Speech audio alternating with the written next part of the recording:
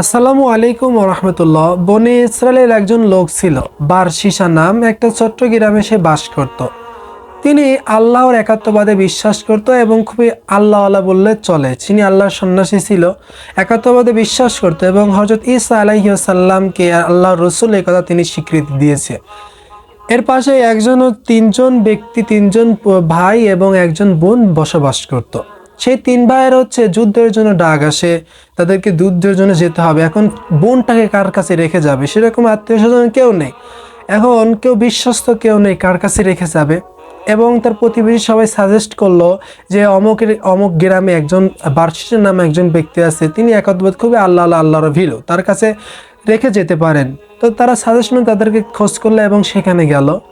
এবং যাওয়ার পরে সেই বার্ষিকার কাছে ফার্স্টে যে সময় বলা হলো, তখন তিনি বলল যে আমি শয়তান থেকে মুক্ত চাই, আমি এটা কখনো করতে পারবো, আমি রাখতে পারবো না।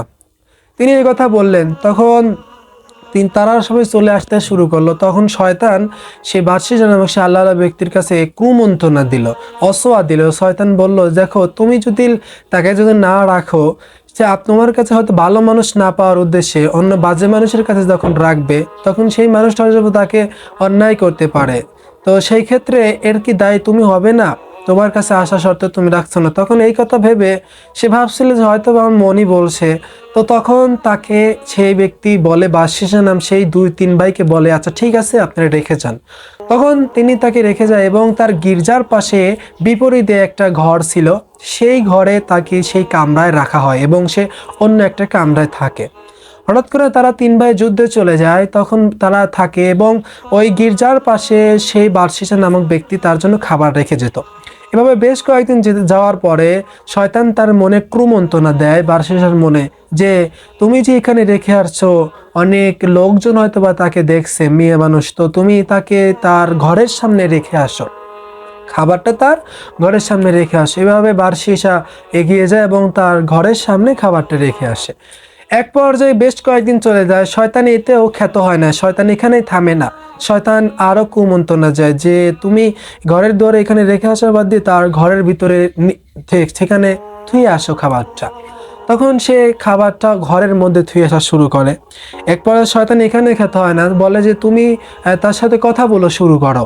কেন? সে হয়তো বা পাগল হয়ে যাবে একা একা থাকতে থাকতে। এবার এই শয়তান এই সমস্ত ক্রুমন্ত্রণা তার মনে দেয়, বারশিসার মনে। তিনি কিন্তু আল্লাহ ভীরু, একত্ববাদে কিন্তু বিশ্বাসী। এরপরেও দেখেন শয়তান তাকে কতটা পাকড়াও করেছে। এরপরেও তিনি ওই কথা বলা শুরু করে, পর্দার আড়ালতে শুরু করে। এক পর্যায়ে শয়তান এখানে খ্যাত না হয়ে সরাসরি কথা বলানো শুরু করে। এক পর্যায়ে সে সরাসরি কথা বলে। এরপরে কথা বলতে বলতে এক পর্যায়ে তারা অবৈধ কাজে লিপ্ত হয়ে যায়। এক পর্যায়ে সেখানে তারা গর্ভপাত হয়ে যায় মেয়েটা, এবং এক পর্যায়ে সন্তান হয়ে যায়। এবং শয়তান বলে যে তুমি যে কাজটা করেছো, যে পাপা কাছে লিপ্ত হয়েছো, শয়তান কুমন্ত্রণা অস্ত্র দিচ্ছে যে তুমি এই ছেলেকে খুন করো, নতুবা তারা যেসব দুই ভাই আসবে তোমাকে খুন করে ফেলবে এই পাপা কাছে লিপ্ত হওয়ার জন্য। এক পর্যায়ে সন্তানকে সে হত্যা করে সেই মেঝেতেই সেখানেই গর্ত করে সেখানে পুঁতে ফেলে। এবার শয়তান আবার অসওয়া দেয় যে এই ঘটনা যদি তার ভাইয়ের কাছে যদি প্রকাশ পায়, তোমাকে তা আবারও তো খুন করে ফেলবে। তখন এই ভয়ে সেই বারশিসা নামক একাত্মবাদে বিশ্বাসী সেই ব্যক্তিও কিন্তু শয়তানের ক্রুমন্ত্রণায় পড়ে তাকে সেখানে সেই নারীকে হত্যা করে ফেলে। সেখানে সেই ঘরের ভিতরেই তাকে গর্ত করে সেখানে পুঁতে ফেলা হয়। এবার সেই তিন ভাই আসলো, বলল আমার বোন কোথায়, বোনকে দাও। তখন এই কথাটা বলার পরে সে একটা কবর আগের থেকে প্রস্তুত করে রেখেছিল বাইরে, বলছিল যে এই কবরে তোমার বোনে অসুস্থ হওয়ার পরে সে মারা গেছে, এই কবরে তাকে দাফন করা হয়েছে। দেখেন শয়তান কতটা পাকড়াও করে ফেলে ইমানদার ব্যক্তিকেও। এরপরে সেই ব্যক্তি যে সময় এটা বললো, তো বিশ্বাস করলো ইমানদার ব্যক্তি, তারা তিন ভাই বিশ্বাস করা বললো ঠিক আছে, তারা চলে গেল। শয়তান সেই রাতে তার তিন ভাইকে একই স্বপ্ন দেখালো যে তোমার বোনকে সে হত্যা করেছে, তার সন্তান হয়েছিল, তার ঘরের সেই সেখানে গর্ত করে তাকে পুঁতে রাখা হয়েছে। এই কথাটা যখন সে বলল, শয়তানে তারা তিন ভাই একই স্বপ্ন যখন দেখলো, তারা তিন ভাই ঘুম থেকে উঠার পরে তিন ভাই পরামর্শ করে দেখলো একই স্বপ্ন তারা দেখছে। এবং সকাল হওয়ার সঙ্গে সঙ্গে সেই বাদশাহের কাছে চলে গেল, কি ঘটনা সত্যি কথা বলো। তখন ওই কবর তারা যে বাইরে যে কবরটা দেখিয়েছিল, সেই কবরটা তারা খুঁড়তে শুরু করলো। এক পর্যায়ে কবরটা খুঁড়ে দেখলো কবরে কিচ্ছু নাই। এরপরে তারা ওই ঘরের ভিতর যাওয়ার পরে খুঁড়তে খুঁড়তে দেখলো যে তার ভাই তার বোন এবং সে বোনের সন্তান পাওয়া গেল। এরপরে সেই ব্যক্তিকে, সেই বারশিশা নামক সেই ব্যক্তিকে রাজার কাছে নিয়ে যাওয়া হলো। সেই দেশের রাজার কাছে নিয়ে যাওয়ার পরে তাকে সেখানে হত্যার জন্য আদেশ দেওয়া হলো।